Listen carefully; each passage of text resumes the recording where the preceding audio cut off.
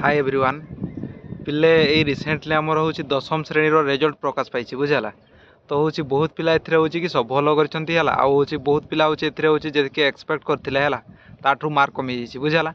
तो पिले टेंशन नियनि है तुम मार्क के तुम फ्यूचर डिसाइड करबनी बुझेगा। तो आमर क्वेश्चन हूँ सार हूँ 10 पर हूँ किस कौन पढ़वा बुझेगा कौन पढ़ले हूँ जल्दी चाकरी मिल कौन पढ़ले भल है।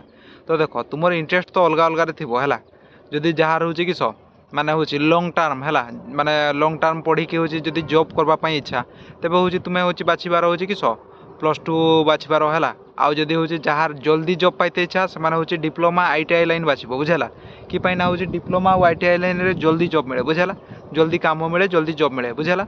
ता हूँ जदि हूँ तुम है +2 भी पुणी बहुत है देख तुम एना हूँ सरी 10 पर है 10 सरी तेज 10 पर हूँ बहुत गुड़ा हूँ पढ़वार ऑप्शन थाए है जमती हूँ फास्ट ऑप्शन हूँ कि कौन आमर हूँ डिप्लोमा बुझेगा फास्ट ऑप्शन हूँ कि डिप्लोमा तापर हूँ ITI तापर हूँ कि +2 है डिप्लोमा ITI +2 तेज हूँ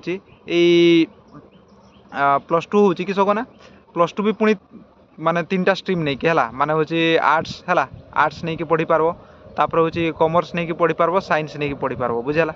तो हूँ तुम जदि हूँ किस कौन जदि तुम थियोरी पार्ट रे बेसी इंटरेस्ट अच्छे है माने हूँ पढ़ापढ़ी थियोरी है बा सोशल स्टडी रे बेसी इंटरेस्ट अच्छी तेज तुम हूँ आर्ट्स नियो भल हम बुझेगा।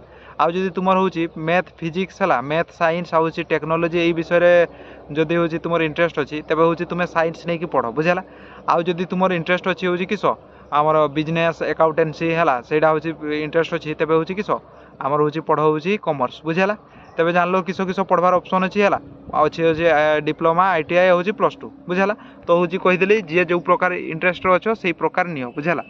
तापर हूँ धरा जाऊ जड़े चाहिलानी हूँ सार मुझे पाठ पढ़विनी है पाठ पढ़विनी केमती जॉब मिल बुझेगा।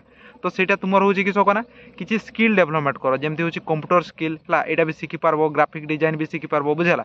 तो ये 10 पर सब कर ग्राफिक डिजाइन कंप्यूटर कोर्स है एगुड़ा कर आउ ना पिले है जो मैंने हूँ 500 उपरे मार्क रखीच है 500 उपरे बा 90 उपरे बा हूँ किस 90% बा हूँ 85 उपरे मार्क रखीच से मैंने हूँ पिले जदि तुम 18 वर्ष होती तेज हूँ तुम्हें जब जॉब करने चाहूच गोटे पोस्टाल गोटे जॉब बाहर बुझेगा GDS बोली है से GDS टा पकई दियो बुझेगा। ST SC होते तो आमर के 90 पाखापाखि रखी पाइबे है आउ जदि जेनराल पिला होता है तेज हूँ के निहाती हूँ जेनराल पिला होते निहाती हूँ आमर रखवाई पड़ब हूँ 90% खंडे रखवाई पड़ब बुझेगा 90% उपरे बा 95% उपरे रखवाई पड़ब बुझेगा।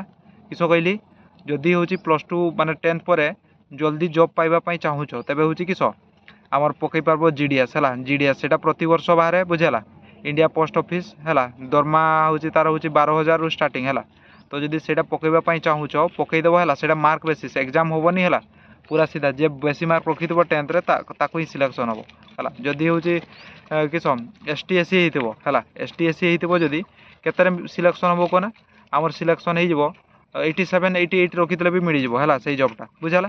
तो जो मैंने हूँ जो जल्दी जॉब करने चाहूच आ 18 वर्ष होती पकई दियो बुझेगा।